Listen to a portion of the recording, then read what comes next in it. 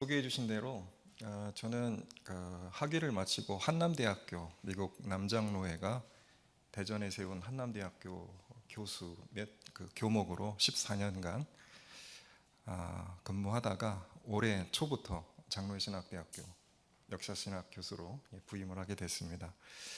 아무래도 제가 이제 청년들이 있는 현장에서 가르치고 또 캠퍼스 선교를 했기 때문에 요즘 이 청년들의 상태 또 청년 선교의 어려움 누구나 다 잘 아는 그런 부분을 몸으로 직감하고 살았는데요.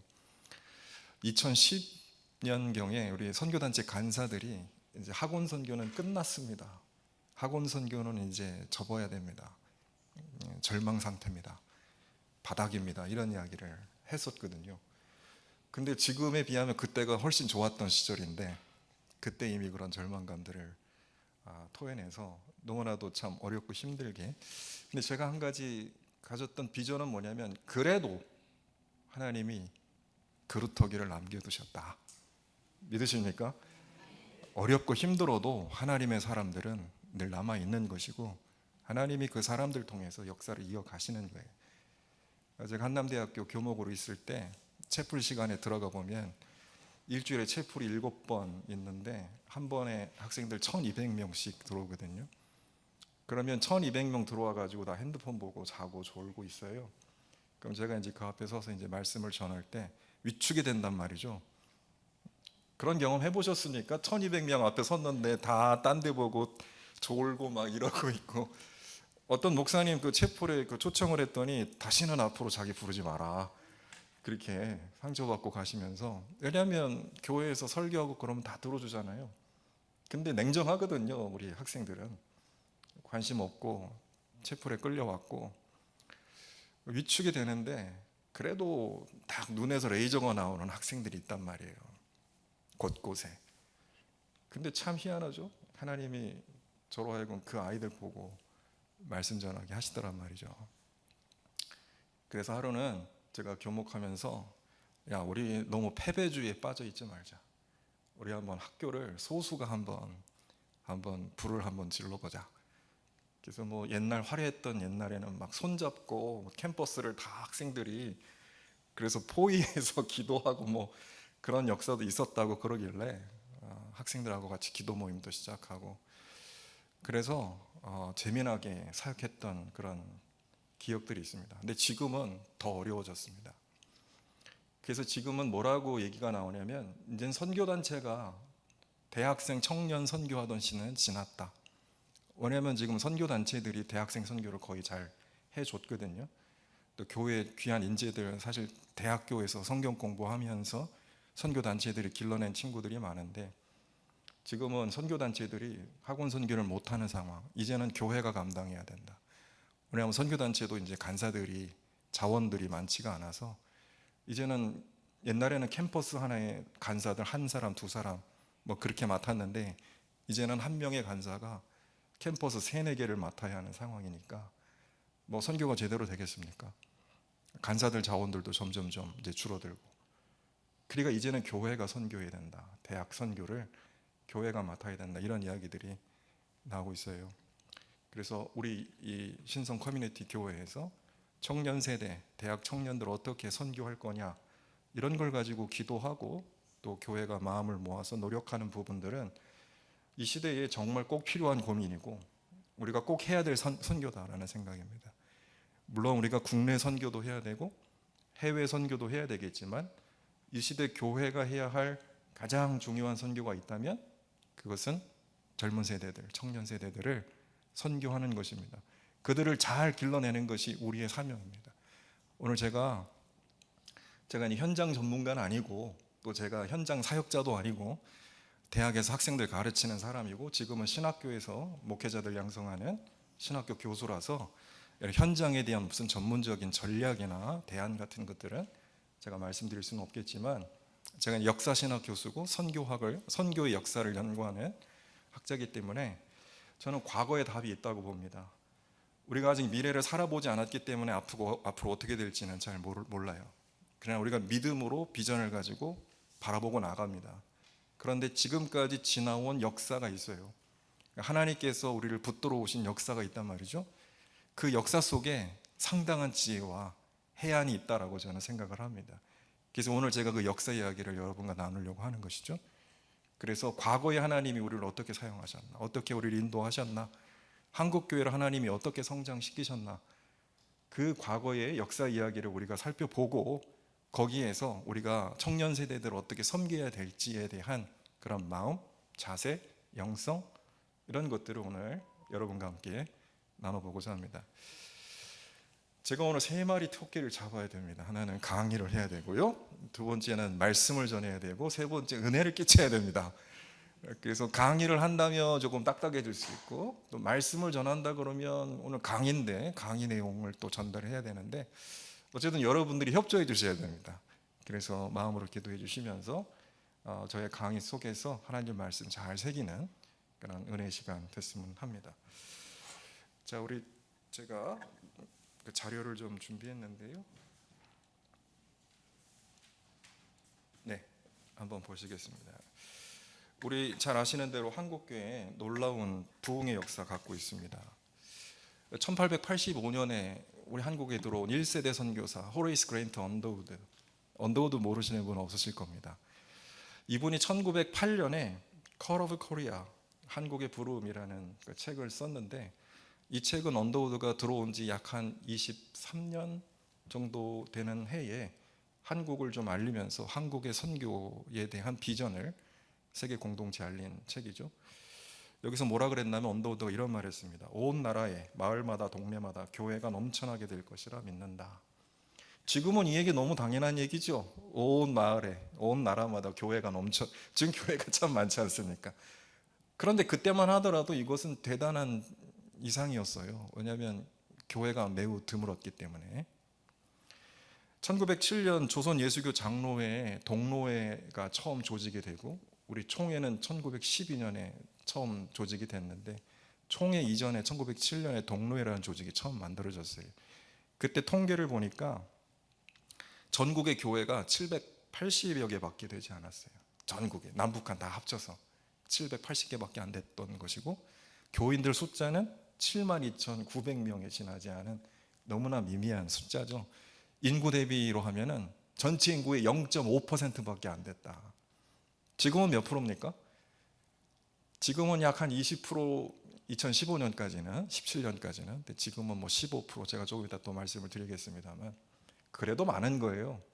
그때 당시에는 0.5%인데, 그때 언더우드가 뭐라 그랬냐면 온 나라에 마을마다 동네마다 교회가 넘쳐나게 될 거다. 그리고 뭐라고 얘기했냐면, 한국은 약하고 정말 지금 부족한 나라고 여러 가지 고난이 많은 나라지만, 그러나 대륙과 해양을 연결해서 복음의 허브가 될 거다. 이런 이야기 저 책에서 하고 있거든요. 이게 무슨 과장된 얘기가 아니고요, 그분은 뭔가를 본 분이죠. 그걸 보고 나서 그 말씀을 하신 겁니다. 저는 그걸 예언이라고 생각합니다. 예언. 언더우드가 대단한 사람인 게, 이분이 한국 선교의 틀을 짠 분입니다. 장로교, 감리교 여러 선교부가 들어왔어요. 그럼 여러분 한번 생각해 보세요. 이런 여러 선교사들이 들어오면 무슨 문제가 생길까요? 지금 해외 선교지 나가면 무슨 문제가 있나요? 선교사들끼리 서로 경쟁하거든요. 그러면 당연히 여러 선교부가 들어왔기 때문에 얼마나 갈등과 또 이해 충돌이 있었겠습니까? 그거 다 조정하신 분이 언더우드예요. 우리가 각자 서로 열심히 하고 협력하자, 이 틀을 만든 분이 언더우드예요. 그러니까 언더우드가 한국 선교의 큰 틀을 짰다, 이런 면에서 굉장히 중요한 역할을 했어요. 그런 분이에요. 한국 선교 전체의 틀을 짤 만큼의 비전과 안목이 있는 분이에요. 그런 분이 한국 교회를 내다보면서, 여러분 1908년은 어떤 시기였나요? 대부흥운동이 일어나고 있던 시기죠. 한국 교회가 꿈틀거리는 것들을 보면서, 야, 이거 심상치 않다, 하나님께서 이 교회를 크게 사용하시겠구나. 그래서 이런 말을 한 겁니다. 1907년에 존 모트라는 사람이 조선을 다녀갔습니다. 이 존 모트는 누구냐면 1910년에 에딘버러에서 월드 미션 컨퍼런스, 미셔너리 컨퍼런스, 세계 선교 대회, 이거를 개최하는데 주도적인 역할을 하신 분이고, 나중에 이 모임이 발전해서 인터내셔널 미셔너리 카운슬, 국제 선교 협의회, 이런 걸 조직한 분이에요. 그러니까 존 모트는 미국 기독교 지도자가 아니라 세계 기독교의 틀을 짜는 분이에요.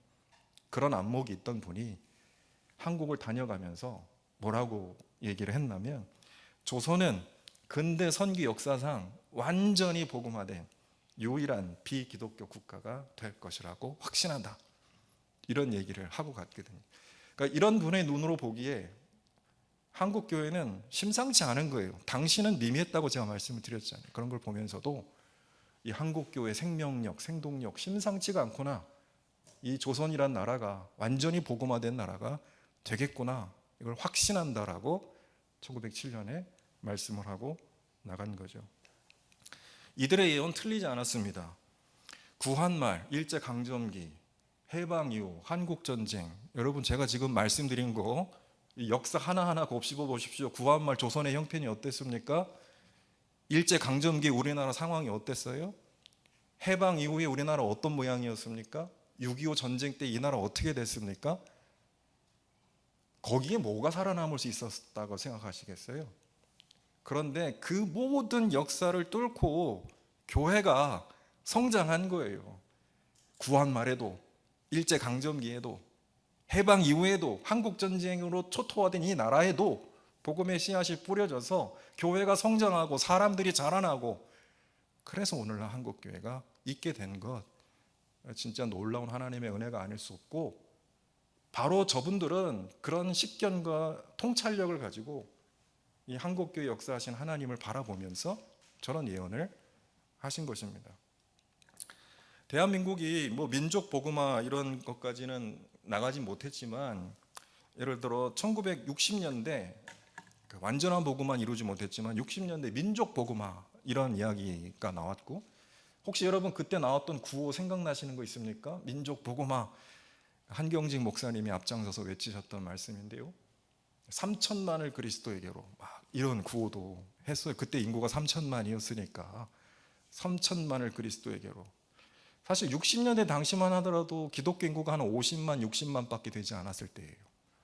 그런데 3천만 전체 인구를 다 복음화시키겠다, 이런 비전을 가지고 복음화에 앞장섰어요. 그러니까 한국교회는 저절로 성장한 게 아니라는 걸 우리가 꼭 인식을 해야 됩니다. 비전을 가진 사람들이 하나님 앞에 꿈을 꾸면서 헌신해서 사람을 길러내고 교회를 개척하고 선교했기 때문에 그 열매로 교회가 자라나는 것이지, 앉아서 꿈만 꾼다고 되는 것도 아니고, 아무것도 안 하고 한탄만 한다고 뭐가 되는 게 아니에요. 하나님 앞에서 위대한 꿈을 꾸고 하나님을 향해서 위대한 일을 시도하라. 이건 윌리엄 캐리가 선교사로 나가면서 했던 말인데, 이것은 지금 우리에게도 그대로 적용되는 말일 겁니다. 2015년 인구 조사에 따르면 개신교 인구 19.7%를 차지했고요. 우리 통합교단 최고 전성기가 2014년입니다. 2014년을 정점으로 계속 지금 하락하고 있는데, 2014년에 교인 총수가 280만 명이고요. 교인 수는 지금 계속 늘어나고 있는데, 그러니까 교인은 줄어도 교회 수는 늘어나고 있습니다. 그러니까 9,400개 정도 된다는 거죠. 그러니까 한국 교회가 이렇게 성장한 이유가 뭐였을까?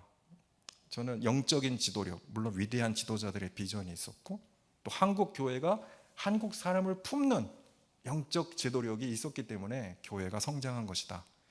제가 오늘 강의를 통해서 계속 말씀드릴 핵심은 이겁니다. 교회가 세상을 품을 만한 영적 지도력이 있다면 그 교회는 성장한다.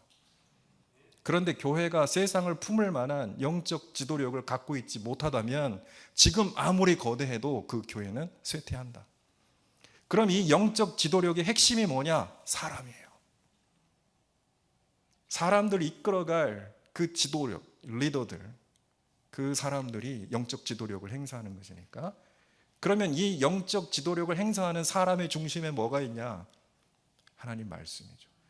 하나님 말씀이 머리가 아니라 삶으로 녹아들어서 그 사람들이 영적 지도력을 가지고 있다면 그들이 소수라고 할지라도 사회를 품어안는 위대한 능력을 나타낸다. 그게 한국 교회 역사고 세계 기독교 역사입니다. 제가 그 이야기들을 오늘 좀 할 거예요.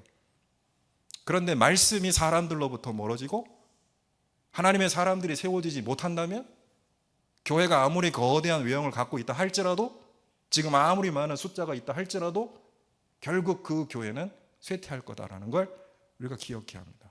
그러니까 지금은요, 우리가 위기이면서 기회예요. 아직 기회가 남아 있습니다. 우리 한국 교회 아직 기회가 남아 있어요. 그러니까 이때 우리가 해야 됩니다. 뭘 할까요? 말씀 가지고 청년 세대들을 길러내야 됩니다. 한국 교회 현실 녹록치 않습니다. 제가 이게 하얀 그래프 쭉 보여드렸는데 2022년 현재 교인 수 우리 통합교단만 230만 명입니다. 많이 줄었습니다. 계속 줄고 있습니다. 2033년에는 160만 명으로 예측하고 있습니다. 보수적으로. 그런데 조금 더 심각하게 보는 분은 140만 명까지 큰 폭으로 10년 안에 하락할 거다.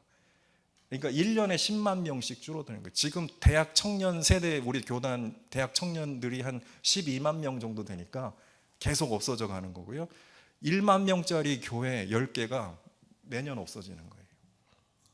그러니까 지금 1만 명 교회면 여러분 딱 감이 오십니까? 영락교회, 소망교회 같은 교회가 1년에 10개씩 없어지는 거예요. 10년 안에. 굉장히 심각한 상황이에요. 그러니까 아까 제가 지금 냉탕 온탕 막 지금 왔다 갔다 하는데 한국교회 성장했어요. 감사한 일입니다. 근데 한국교회 지금 쇠락하고 있어요. 이유가 뭘까요? 아까 제가 처음 말씀드릴 때 다 이야기했습니다. 바로 영적 지도력이 관건이다. 근데 여기서 한 가지 또 우리가 짚어봐야 될 부분이 있습니다. 목회 데이터 연구소라는 곳이 있어요. 여기에서 이제 좀 조사를 해보니까 2022년 기준으로 무종교인의 비율이 63%. 그러니까 우리나라에서 종교 없는 인구가 63%라는 겁니다. 그런데 20대, 여기 옆에가 이제 20대, 30대, 40대 그래프고 빨간색이 지금 주황색이 지금 종교 갖지 않는 인구 표시한 건데 우리나라 지금 종교 없는 인구가 63%고 20대는 훨씬 더 크죠. 종교 없는 인구가 81%예요.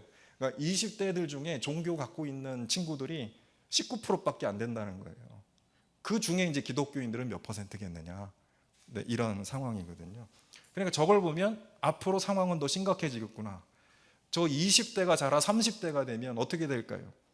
저 20대가 자라 40대가 되면 어떻게 될까요? 그럼 자기도 종교가 없는데 자기 자녀들을 교회로 데리고 나가겠습니까? 그러니까 저거는 앞으로 우리 사회가 어떤 지경으로 갈 건지를 딱 보여주는 매우 심각한 지표라고 할 수가 있습니다. 종교 갖지 않는 사람들에게 물어봤더니 이유가 뭐니? 왜 종교를 갖지 않냐? 그랬더니 종교 자체에 관심이 없다.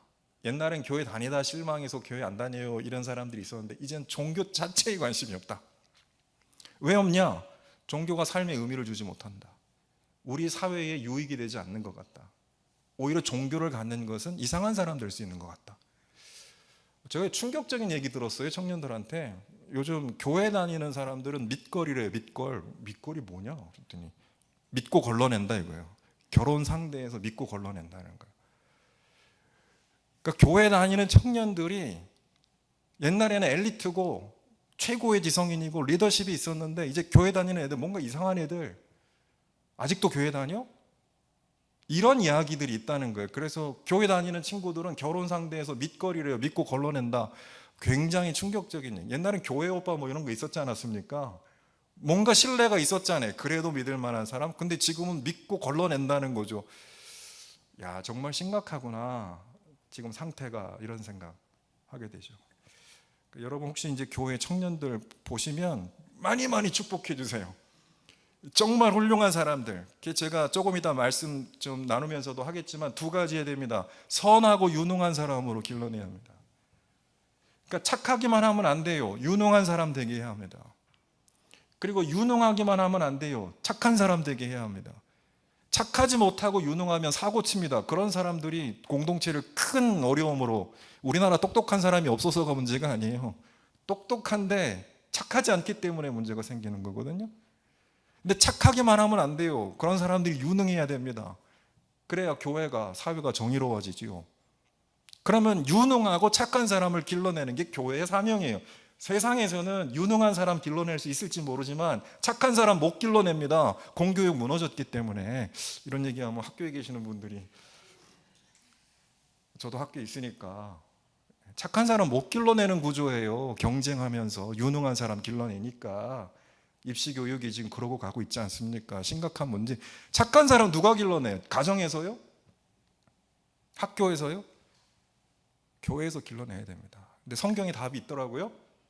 하나님 말씀을 가르치면 유능하고 착한 사람 되게 하는데, 그게 하나님 말씀이더라고요. 그러니까 그게 우리 교회가 얼마나 중요한 사명을 맡았습니까? 젊은 사람들, 젊은 세대들, 왜 자꾸 젊은 세대 얘기하냐, 그러면 실버 세대는 어떻게 하라고? 아니요, 실버 세대는 부모님 세대니까 밑에 있는 다음 세대를 길러내는 게 책임이잖아요. 그건 실버 세대 중요하지 않다는 게 아니라 그게 우리가 맡은 사명이라는 거예요. 그러면 그 젊은이들이 또 다른 젊은 세대들을 길러내겠죠. 그러면서 교회는 계승되는 거예요, 신앙의 유산이. 지금 우리가 그 바통을 이어받은 거라고요. 그래서 우리가 그 세대를 양육하지 못하면 바통 받고 나서 바통 버리거나 안 뛰고 있는 거라는 거죠.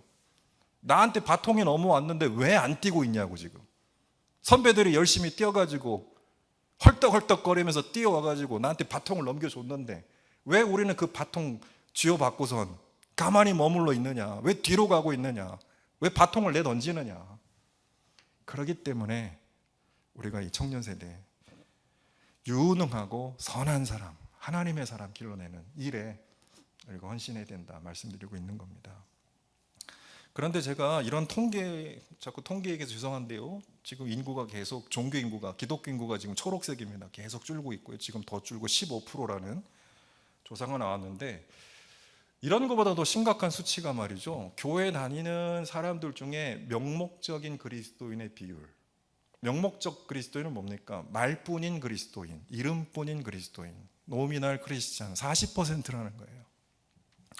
교회 왜 다녀야 되는지 의미도 모르고, 그러니까 교회는 다니는데 구원의 확신도 없고 행복감을 느끼지도 못하고 하나님과 인격적인 만남도 없고, 그러니까 그런 사람들의 비율이 40%다 라는 거죠. 그러니까 언제든지 교회를 이탈할 수 있는 가능성이 농후한 사람들, 그리고 신앙적으로 누군가에게 영향력을 행사할 수 있는 그런 능력이 거의 없는 사람들 40%. 심지어 중직자들 중에 4분의 1. 여기서 말한 중직자는 누굽니까? 장로님, 권사님, 안수 집사님, 이런 분들이겠죠. 재직들, 거기에 4분의 1 정도가 명목적 신자들이다. 이거는 더 충격적인. 그러니까 무슨 얘기냐? 교회 왔을 때 영향을 받아야 되잖아요. 그리스도와의 만남이 이루어져야 되잖아요. 근데 교회에 왔는데 그런 역할을 해야 될 분들이 선한 영향력, 신앙의 영향력을 끼치지 못하고 있다는 현실이죠. 그러니까 이런 것들은 우리를 더욱 좀 안타깝게 하는 부분입니다. 그런데 한번 여러분 생각해 보시죠. 이 탈종교화의 현상, 그리고 교회 청년 세대 감소, 교회 이탈 교인들과 명목적 신자들의 증가 이유, 뭘까요?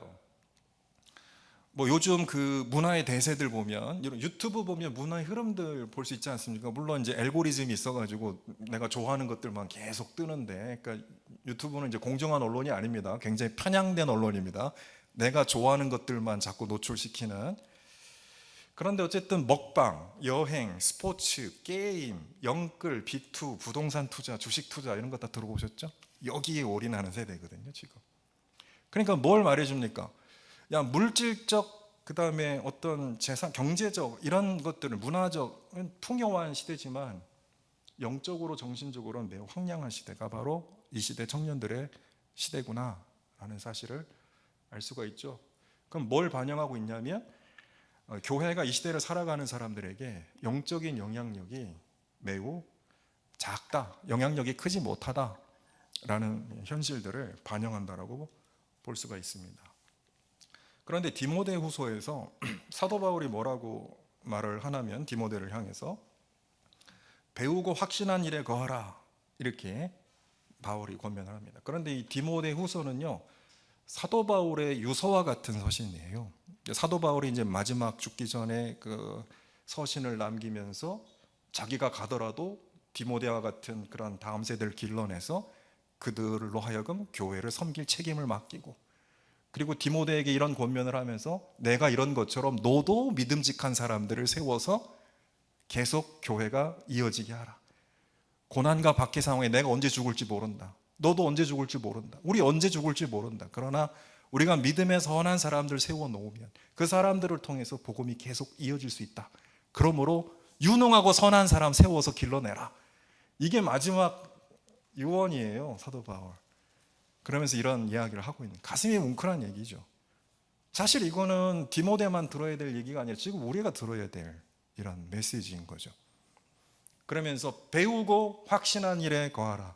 요 세 가지 동사, 배우고 확신하고 거하라. 자, 뭐를요? 하나님 말씀을 배워야죠. 우리가 뭐로 사람 기를 건가요? 말씀으로 길러야죠.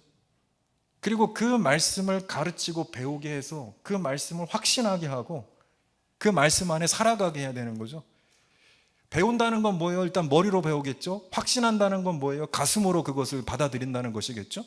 그러면 그 안에 거한다는 건 뭡니까? 몸으로 살아가는 것이겠죠. 이게 진정한 성경을 배우는 것이다라고 말씀하고 있죠. 15절에 성경은 뭡니까? 능히 그리스도 예수 안에 있는 믿음으로 말미암아 구원에 이르는 지혜가 있게 한다. 그러면서 17절에 보시면 성경은 하나님의 사람으로 길러낸다. 그런데 하나님의 사람을 어떻게 길러내냐면 온전하게 하고 모든 선한 일을 행할 능력을 갖추게 한다. 이게 성경이다, 이렇게 이야기합니다. 근데 세번역 성경을 보면, 저기 세번역 한번 읽어볼까요? 세번역 같이 시작.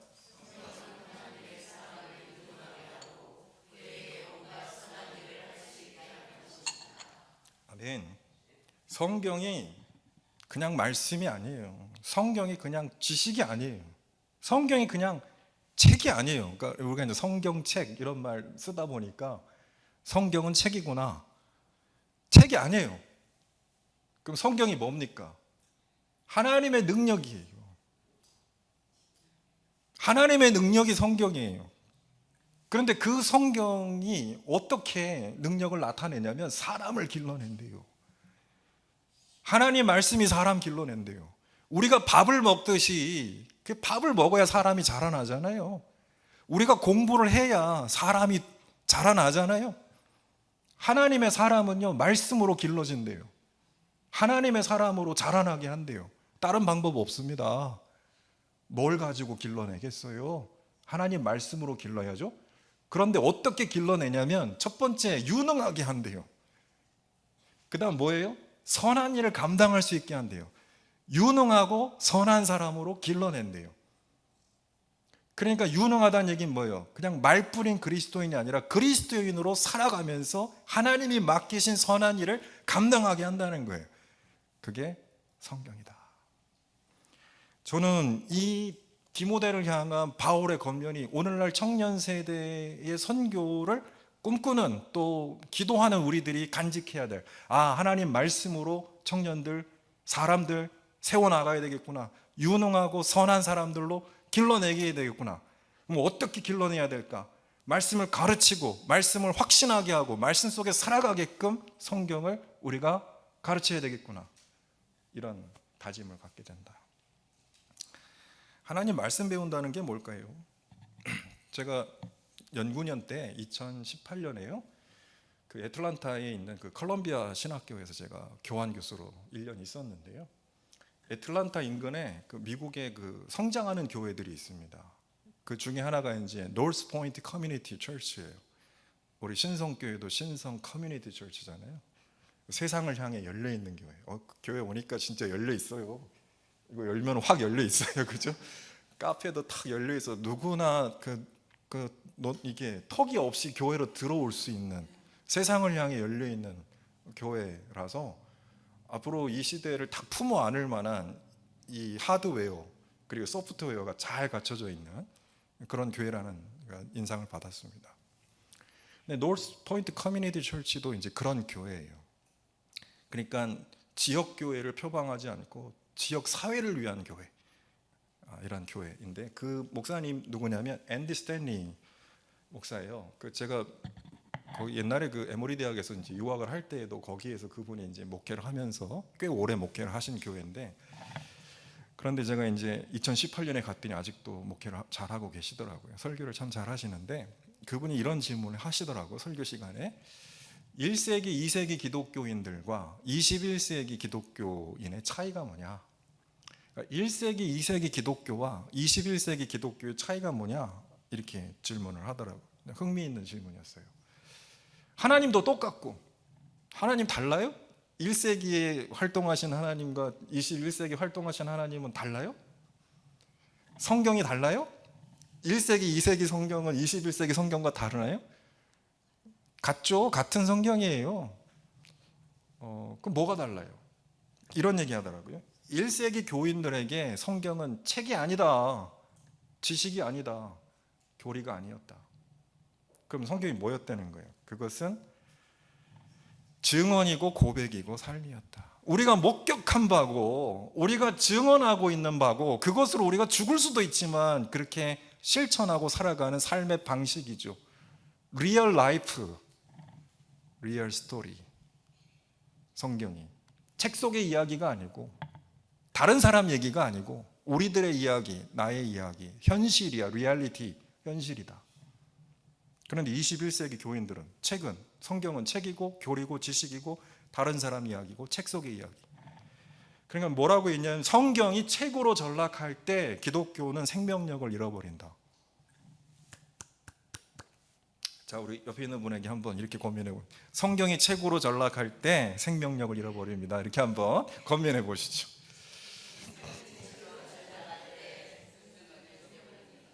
잘하셨습니다. 그럼 이렇게 한번 바꿔서 부정적으로 얘기했으니까 성경이 하나님의 말씀이 될 때 교회가 생명력을 가집니다.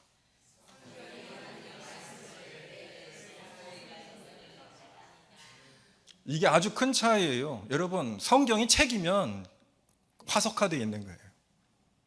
성경이 삶이 될 때, 성경 우리 삶의 내용이 되고 방식이 될 때 그 성경은 책을 뚫고 나와서 우리의 삶이 되고 현실이 됩니다. 믿습니까? 그런 하나님을 경험한 사람들은요, 그 놀라운 신앙 안에 빨려 들어가게 되는 거죠. 제가 이제부터 좀 역사 얘기를 좀 짧게 하려고 합니다. 제가 사실 내용을 너무 많이 준비했어요. 근데 45분 안에 마쳐야 되는 역사적 사명을 갖고 있기 때문에 제가 어쨌든 시간 안에서 말씀을 전하고 모자라는 거 못한 거는 뭐 할 수 없고요. 최선을 다해서 한번 달려가 보겠습니다. 1세기, 2세기는 어땠을까요? 4세기 초반까지 기독교가 박해받는 소수의 주변부 공동체였습니다. 기독교는 4세기까지. 1세기, 2세기, 3세기, 4세기 초반까지 기독교는 일상적인 박해에 노출되어 있었어요. 기독교인들 숫자가 얼마였을까? 2세기 초 로마 제국 전체 인구의 0.08%. 학자들은 그렇게 추정하고 있습니다. 로마 제국 전체 인구가 한 6천만 명 정도 된다는 거예요. 지중해 유역에 쭉 널리 퍼져 있었잖아요. 로마 제국이 한 6천만 명 정도 될 텐데 기독교인들은 그 중에 약 한 5만 명, 전체 다 지중해 지역에 로마 제국 퍼져 있는 인구가 0.08%, 박해받는 소수자 공동체. 그런데 불과 200년도 지나지 않아서 로마 제국을 영적으로 압도하는 중심 종교가 됐다. 이거 정말 대단한 반전 아닙니까? 우리 지금 막 17%, 15%대도 막 지금 안절부절 못하는데 말이죠. 근데 아까 1907년, 8년에 0.5%인데도 막 이 나라를 다 막 압도할 것 같은 비전을 막 품으니까 저는 숫자의 문제는 아니라고 봅니다. 0.08%인데 어떻게 200년 만에 역전을 이뤄냈을까요? 로마 제국을 어떻게 영적으로 지배했을까요? 이게 놀라운 반전의 드라마라는 거죠. 그런데 2세기 초에 그 로마 총독의 문헌이 하나가 있어요. 플리니우스라는 사람이에요. 이 사람은 로마 총독이었는데 로마가 여러 지역을 식민지로 다스리고 있지 않았습니까? 근데 비시디아라는 지역이 그 지중해 동부, 기독교가 제일 많았던 지역이 지중해 동부입니다. 여기에 총독이었어요. 로마 황제에게 편지를 보내냅니다. 뭐라고 보내냐면 기독교인들이 지금 도시는 물론 시골과 여러 지역으로 빠르게 퍼져나가고 있습니다. 어떻게 하면 좋을까요? 이거 기독교는 불법 종교인데 막아야 될까요? 근데 막으려고 봤더니 뭐 그렇게 큰 불법 행위를 하는 것 같지는 않고, 그런데 이 확산 속도가 너무 빠릅니다. 어떻게 해야 될까요? 지침을 주십시오. 뭐 이런 서신을 보낸 겁니다. 그러면서 기독교를 관찰한 내용을 보고를 한 거예요. 황제한테. 이렇게 얘기합니다.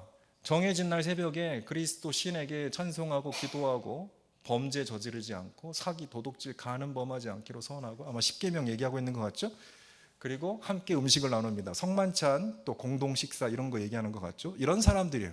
그러니까 무슨 범죄자 집단은 아니다. 이렇게 예배드리고 있다.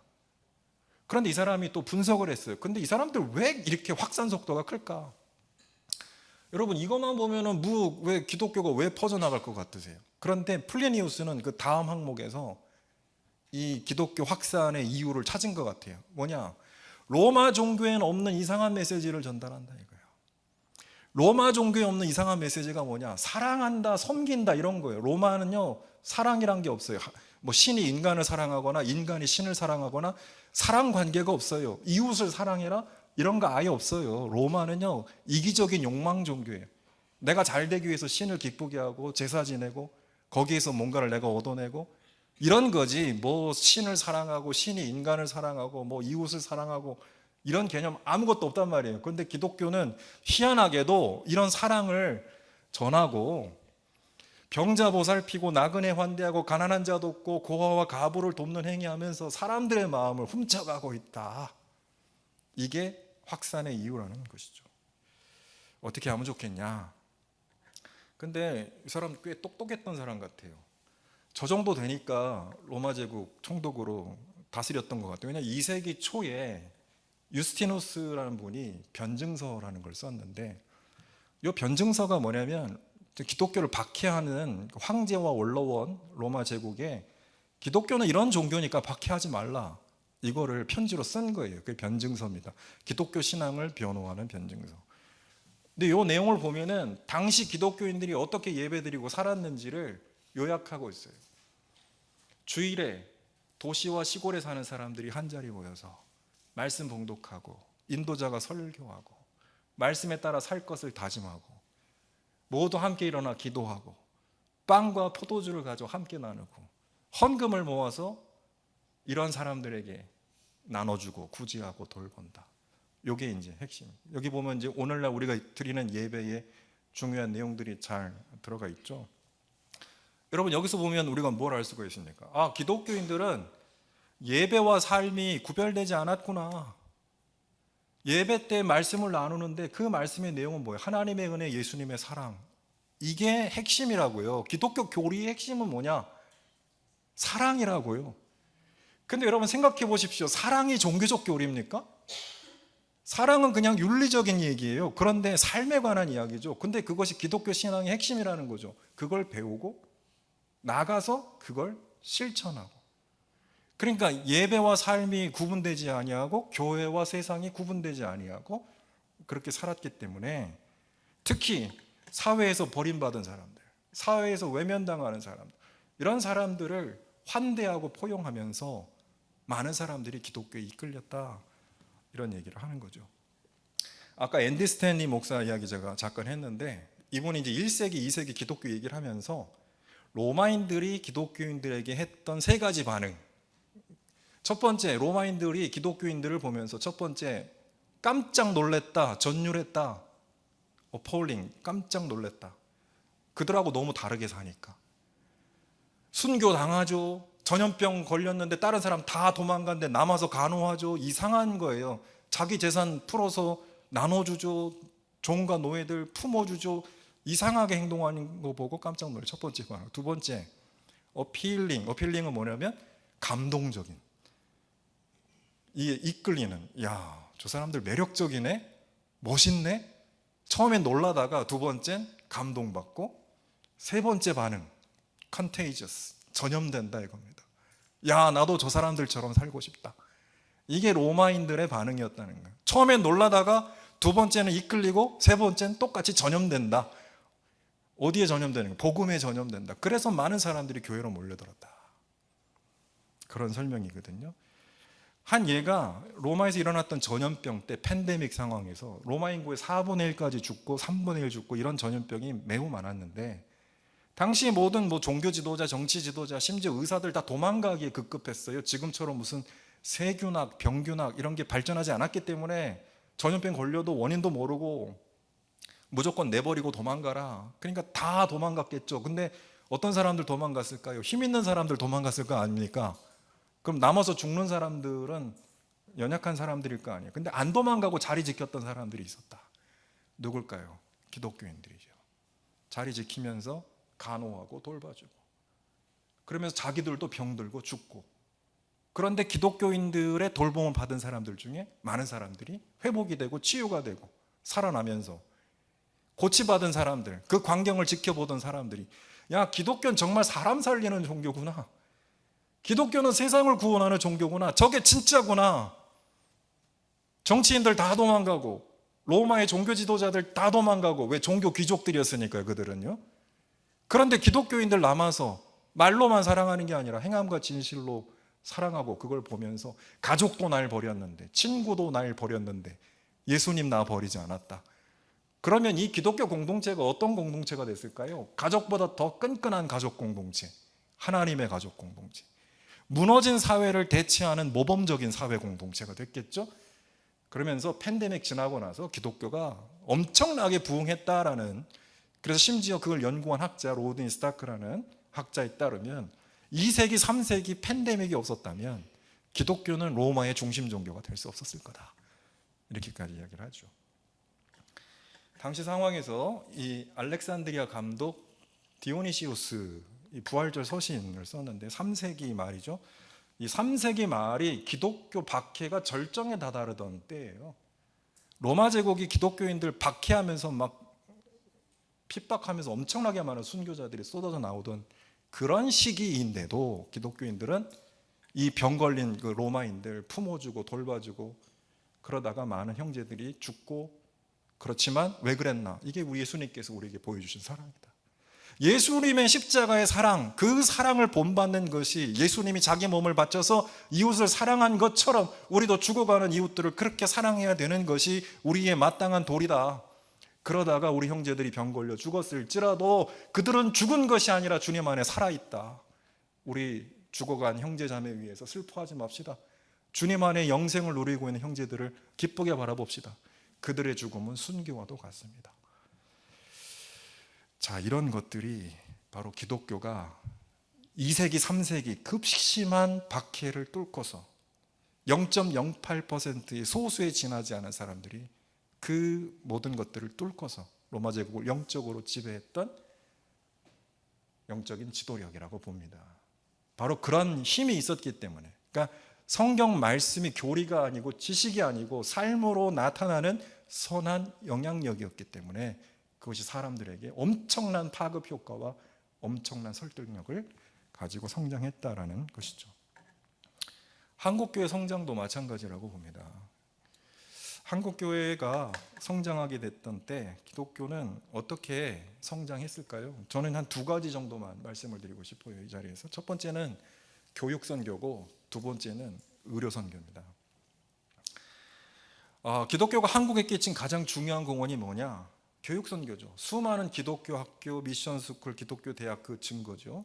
우리나라에는 공립학교보다 사립학교가 많고, 사립학교의 대부분은 기독교 학교이죠. 이게 우연의 일치가 아닙니다. 왜 그랬을까요? 구한말 힘이 없어 학교를 못 세운 거죠. 일제강점기 때는 우민화 정책 한다고 학교 세우지 않았던 거죠. 그러니까 일군 일교, 일면 일교, 그러니까 일제의 정책이라고 하는 건 한 군에 중고등학교 하나, 한 면에 초등학교, 소학교 하나. 그러니까 뭐 거기서 공부할 수 있는 사람들 뭐 몇이나 됐겠습니까? 그러니까 일제 때 소학교 들어가는 거, 보통학교 들어가는 거, 지금 대학 들어가는 것보다 훨씬 어려웠어요. 그러니까 뭐 교육을 못 받으면 나라의 미래가 어디 있습니까? 그런데 그럴 때 학교 열심히 세워가지고 사람 길러낸, 누가 그 역할을 했습니까? 기독교가 했죠. 기독교는 교회학교, 주일학교, 교회학교, 주일학교는 썬데이 스쿨이고요, 교회학교는 철치 스쿨인데요, 철치 스쿨은 뭐냐면 교회가 만든 학교예요. 그러니까 매일 학교라도 그랬어요. 데이 스쿨이라고도 그랬어요. 교회가 학교를 운영을 했습니다. 그리고 미션 스쿨이 있었죠. 미션 스쿨은 뭡니까? 선교회가 운영하는 중고등학교예요. 그리고 고등교육, 전문학교 만들고, 대학교 만들고, 또 의학교 만들고, 이렇게 사람 길러낸 겁니다. 그러니까 만약에 교회가 그 사람들 길러내지 않았다면 오늘의 교회가 있었을까? 교회가 하나님의 사람, 유능하고 선한 하나님의 사람 길러내지 않았다면 오늘의 한국이 존재했을까? 여러분, 3.1운동의 주역들이 누굽니까? 기독교인들이죠. 그러니까 KBS PD가 다큐멘터리 제작하면서 저한테 뭐 인터뷰하면서 이상한 걸 자기가 발견했다는 거예요. 뭐냐?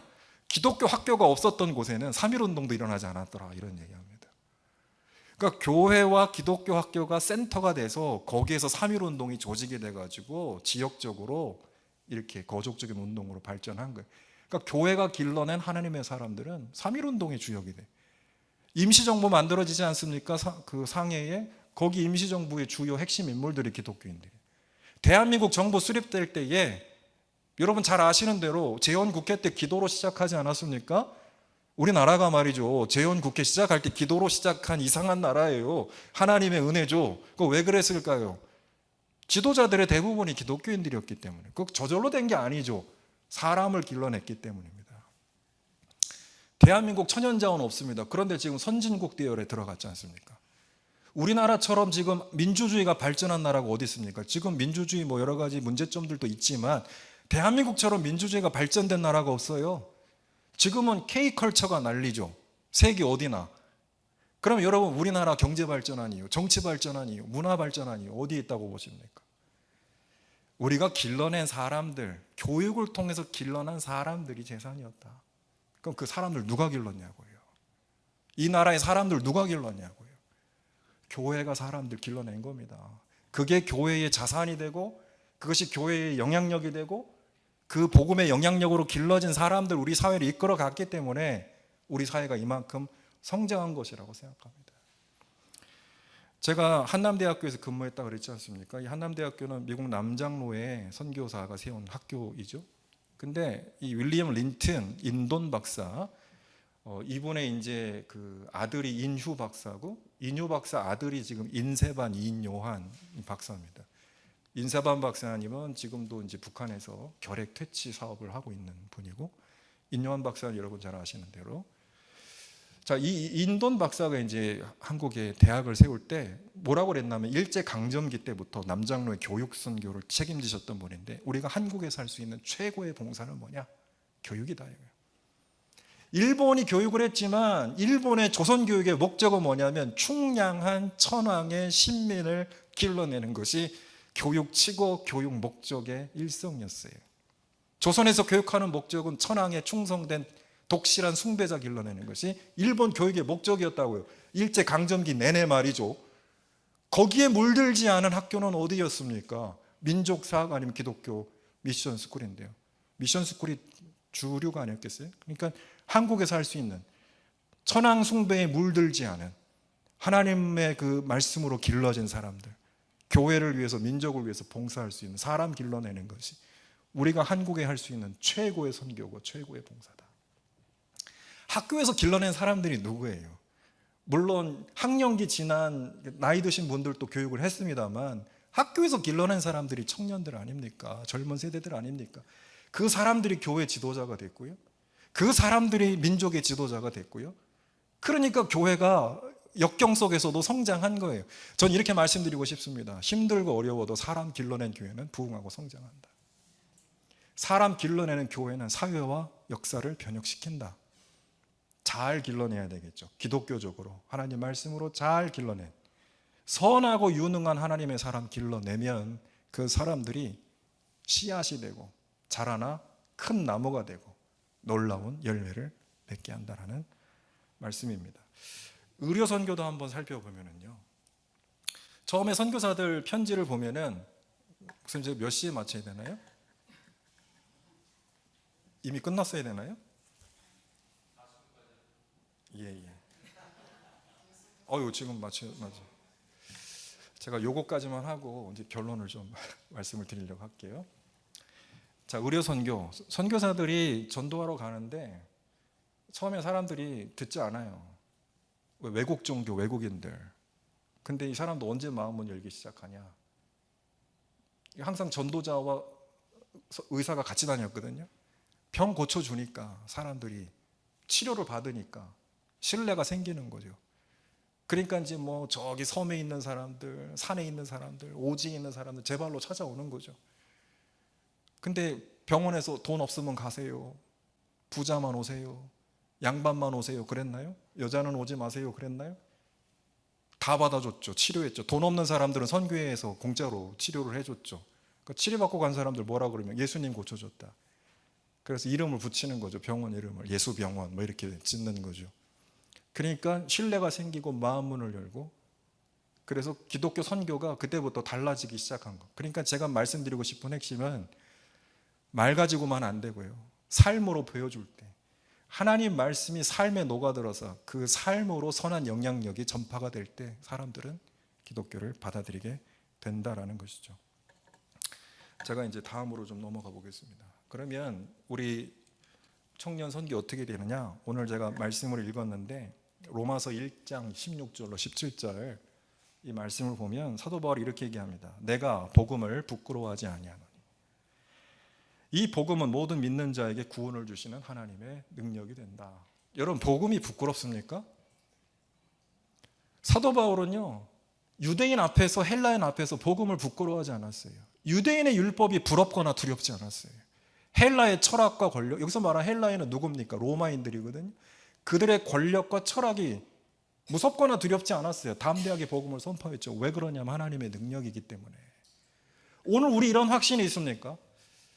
우리 자녀들 영어 가르치고 이 학원 저 학원 보내서 교육시키고, 왜 그게 중요하다고 생각하니까. 그런데 왜 교회에서 가정에서 우리 아이들 가르치지 않죠? 말씀을. 여러분, 말씀 가지고 과외시켜 본 적 있으세요? 성경 공부 과외시킨 부모님도 좀 본 적 있습니다. 근데 그 친구 정말 훌륭하게 잘 되더라고요. 그 부모님 의식 있는 부모예요. 영어도 과외받고 수학도 과외받는데 성경은 왜 안 가르칩니까? 우리가 중요하게 여기지 않기 때문에 그래요. 이게 능력이라는 확신이 없기 때문에 그래요. 이게 우리 아이들을 선하고 유능하게 길러낼 수 있다라고 하는 확신이 없기 때문에, 때로는 복음을 부끄러워하기 때문에, 때로는 복음에 대한 확신이 없기 때문에 우리가 가르치지 않는 거잖아요. 그런데 사도 바울 17절에 뭐라 얘기하냐면 복음에는 하나님의 의가 나타났습니다. 믿음에 이르게 하나니 오직 의인은 믿음으로 말미암아 살리라 한것 같으니라. 믿습니까? 세 가지. 하나님의 의가 나타났다. 두 번째, 믿음으로 믿음에 이르게 한다. 세 번째, 믿음으로 말미암아 산다. 이게 무슨 뜻일까요? 하나님의 의, 아까 제가 유능하고 선한 사람 되려면 하나님 말씀이 들어가야 된다 그랬잖아요. 어떻게 해요? 복음에 나타난 하나님의 의가 우리를 선하고 유능하게 합니다. 무슨 말일까요? 하나님의 의가 뭐죠? 내 안에 있는 영적인 그런 죄악들을 드러내고, 그래서 치유하는 거예요.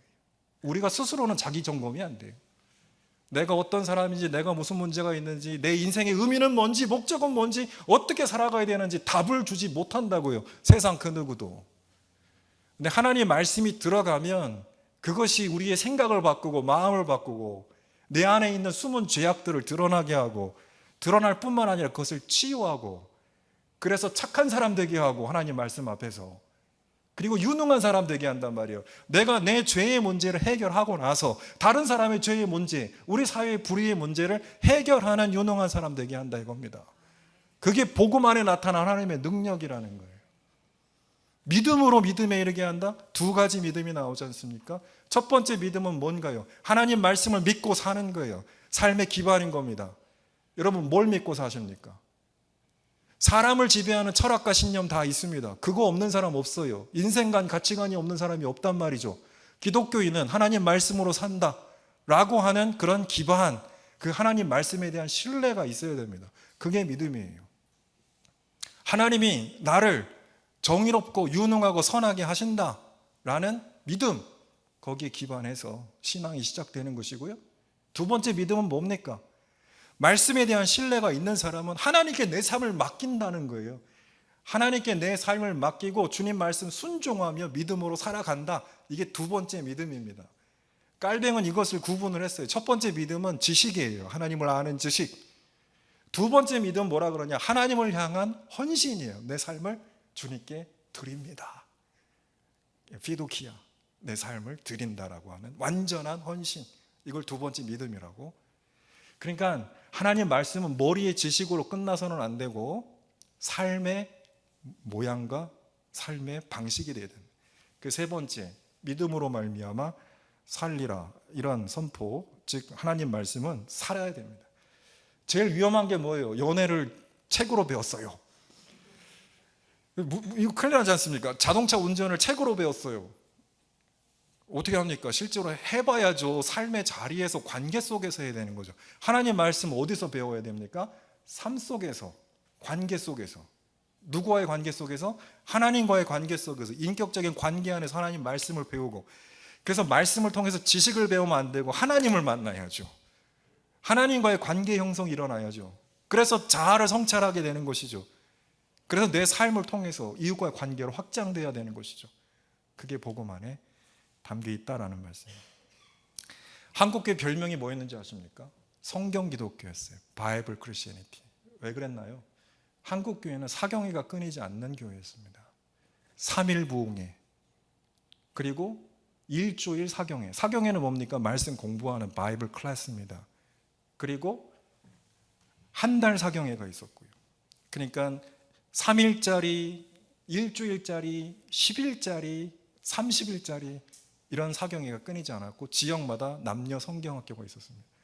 그러니까 성경을 배우니까 반석 위에 세운 집과 같이 무슨 일이 있어도 흔들리지 않는 거예요. 일제강점기 버티는 힘이 뭡니까? 말씀의 힘이에요. 6.25 초토화된 나라 뭐 갖고 버텼나요? 말씀의 힘이에요. 말씀이 들어가면 나를 압도하는 고난보다 더 큰 비전과 믿음이 있기 때문에 견뎌내는 거예요. 그런데 말씀이 들어가 있지 않으면 작은 바람에도 흔들리는 거예요. 마치 모래 위에 세운 집과도 같이. 그게 영적 지도력의 핵심이라고 봅니다. 그런데 오늘날 성경 공부 사라지고 있습니다. 성경 공부, 사경회 이런 부분, 수련회 이런 부분들 점점점 사라지고 있습니다. 참 안타까운 일이 아닐 수가 없습니다. 그런데 지금 누가 열심히 교리 공부 가르치고 있나요? 이단들은 정말 열심히 하더라고요. 제가 신천지 탈퇴한 사람들 이렇게 학교에서 만나서 상담하다 보면 이 한 사람 포섭하기에 4사람이 달라붙어요. 심지어 어떤 선배는 한남대에 있을 때 신천지 포섭하기 위해서 군대 갔다 온 이 선배가 얘랑 똑같이 수업을 다 똑같이 듣고 아침부터 저녁까지 얘를 커버하고 내가 좋은 분 소개시켜 줄게 상급자 소개하고 그래서 4명 엮어서 한 사람을 4명이 달라붙어 가지고 얘를 완전히 지배를 하고 그래서 4일 동안 매일 수련을 해서 교리 공부시키고 그러니까 엄청나게 많은 청년들이 지금 거기 가서 있는 거예요. 우리 교회가 청년들을 가르치지 않으면 청년들이 무방비 상태로 있는 게 아니라 이단이 들어와 가르치고 세속적인 것들이 우리 청년들을 훔쳐가요.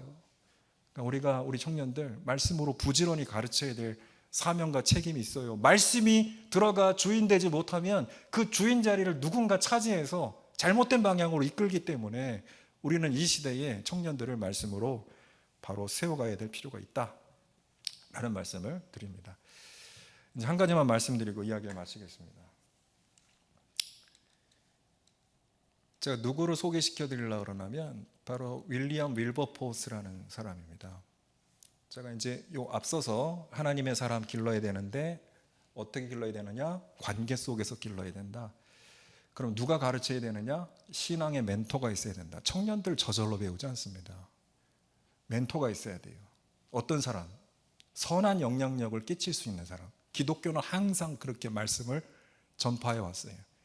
그러니까 목사님이 됐든지 부모님이 됐든지 선배가 됐든지 아니면 장로님이 됐든지 저분 그리스도의 향기가 있는 분 이런 사람 옆에서 하나님 말씀을 체득해야 돼요. 그러면서 관계 속에서 말씀 배워야 돼요. 제가 오늘 이 말씀 꼭 말씀드리고 싶습니다. 말씀은 어디서 배운다고요? 관계 속에서 배우는 거예요.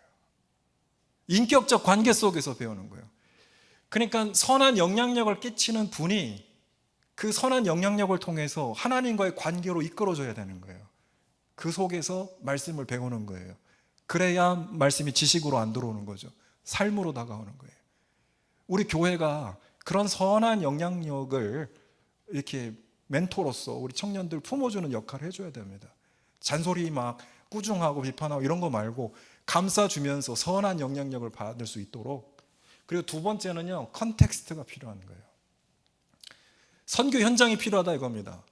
하나님의 말씀은 관계 속에서 배우지만 현장에서 배우는 것입니다. 현장에서 살아가면서 체득되는 거예요. 그러니까 교회가 하나님의 말씀을 실천하는 선교 현장이 없다면 청년들이 감동받지 않아요. 하나님의 말씀을 실천하고 살아갈 수 있는 선교 현장, 해외 선교를 가든지 지역사회 봉사를 하든지 교회에서 구제를 하든지 그런 현장에 노출돼서 저게 하나님 말씀이구나 라를 눈으로 목도해야만 청년들이 하나님 말씀으로 사는 법을 배우는 거예요. 선교 현장 없이 사람 길러지는 법이 없다라는 말씀이죠. 그런 차원에서 제가 윌리엄 윌버포스라는 사람 소개하고 마치려고 합니다. 윌리엄 윌버포스 혹시 들어보신 적 있으시죠? 이분 영국의 기독교 지도자입니다. 1807년에 노예무역 폐지하는 데 앞장섰던 분이고 1834년에 노예 제도 자체를 폐지하는 데 영향을 끼쳤던 분이죠. 미국에서 노예 해방하기 전에 먼저 영국에서 노예제 폐지하는 데 앞장섰던 기독교 지도자입니다. 근데 이분이 26살 때 은혜를 받았어요. 회심을 했어요. 자기의 죄악이 다 드러나서 젊은 정치인이었는데 스스로 감당할 수 없어가지고 고민하고 있었을 때 누굴 찾아갔는가? 존 뉴턴이라는 사람 찾아갔습니다. 존 뉴턴 누군지 아시나요? 어메이징 그레이스 작곡하신 분이죠. 작사하신 분이죠. 나 같은 죄인 살리신 주군의 놀라와. 이분 연로하신 원로 기독교인이죠. 그러니까 청년들이 찾아가서 상담할 어른들이 있어야 돼요. 인생을 살다가 문제에 봉착했을 때 성경 읽으면 되지만 그 성경 읽고 살아가는 믿음의 원로가 선배가 있어야 나 어떻게 하면 좋습니까? 라고 물었을 때 이렇게 살아가라 권면할 수 있는 어른들이 있어야 된다는 거죠. 그거 없으면 아이들 못 자라나요. 교회가 그런 어른이 돼줘야 됩니다. 그래서 교회는 학교라고 말했던 거예요. 깔뱅이 말씀 가르치고 말씀대로 살도록 훈련하고 그래서 하나님의 사람을 길러내는 경건의 학교다 교회는. 그래서 존 뉴턴을 찾아갔어요. 그러니까 존 뉴턴 찾아가가지고 고민했어요. 제가 이 죄악을 느껴서 은혜를 받아 어떻게 살아가야 될까요? 저는 정치를 포기해야 될까요? 저는 나설 자격이 없는 사람인데 어떻게 하면 될까요? 그랬을 때 이 뉴턴이 뭐라 그랬냐면 세상 영역에서 도망가지 말고 차라리 정치를 너의 선교의 장으로 만들어라. 이거 얼마나 대단한 도전입니까? 우리 은혜 받으면 다 기도원 가야 된다고 생각하잖아요. 너 은혜 받았으면 삶의 자리에서 너의 삶의 자리가 선교 현장이 되게 해라. 여기서 필 받은 거예요. 그래가지고 이 똑똑한 사람이니까 어떻게 하면 되겠나? 혼자 하면 안 되겠다. 이거 매우 중요해요. 사람들을 모았어요. 청년들 혼자는 절대로 안 됩니다. 그래서 하나님 항상 교회로 부르시는 거예요. 신앙 공동체가 필요해요. 그래서 존 썬턴이라는 사람 찾아갔어요. 존 썬턴이 누구냐? 이 재력가인데 이 종교 사업에 헌신하는 사람이에요. 그러니까 이런 분도 필요해. 뭔가 선한 일을 할 때 청년들 돈이 없잖아요. 그랬을 때 뭔가 물질적으로 지원해 주면서 그러니까 돈 주라는 게 아니에요. 청년들이 갖고 있는 선한 뜻을 뭔가 시드를 머니를 제공해서 그 일을 하게끔 도와주는 사람도 필요해요. 이 존 썬턴이라는 사람이 큰 집이 있었는데 그 집 방 한 칸을 내주는 거예요. 그게 클래펌이라는 그런 동네에 있는 그 클래펌이라는 지역에 있는 큰 집에 방 한 칸을 내줬는데 그래서 이 윌버포스가 친구들 모아가지고 거기에서 모임을 한 거야. 어떻게 모임을 했나? 뭐 친구들하고 뭐 밥도 먹고 커피도 마시고 차도 마시고 그랬지만 성경 공부하고 그리고 성경만 공부한 게 아니라 이런 고민, 그 근본적인 고민이 뭐냐면 신앙의 각성을 어떻게 우리의 삶으로 확장시킬까? 신앙의 도전을 가지고 우리 사회를 어떻게 개선할까? 지금 사는 우리 사회, 영국 사회 이거 형편없잖아. 우리 신앙인으로서 이거 묵과할 수 있어? 우리가 신앙생활 한다고 하면서 이거 그냥 두고 볼 수 있어? 우리 어떻게 고쳐볼 수 있을까? 이걸 가지고 고민한 거야. 얼마나 재밌었을까요? 성경 공부가 얼마나 재밌었겠냐고요. 말씀 속에서 자기를 비춰보고 자기 삶을 나누고 자기 고민을 얘기하면서 같이 고민을 들어주면서 우리가 감당해야 될 그런 사회적인 행동들 같이 지혜를 모으고 힘을 모으고 그래서 만들어진 게 바로 클래펌 섹트, 클래펌 모임이라는 위대한 모임. 바로 이 클래펌 모임의 이 그룹들이 노예제 폐지하고 노예무역 폐지하고 이런 일을 했던 겁니다. 1802년에 사회악 억제협회 이런 거 만들고요. 1803년에는 다음 세대 교육 중요하다. 주일학교 연합회 만들고요.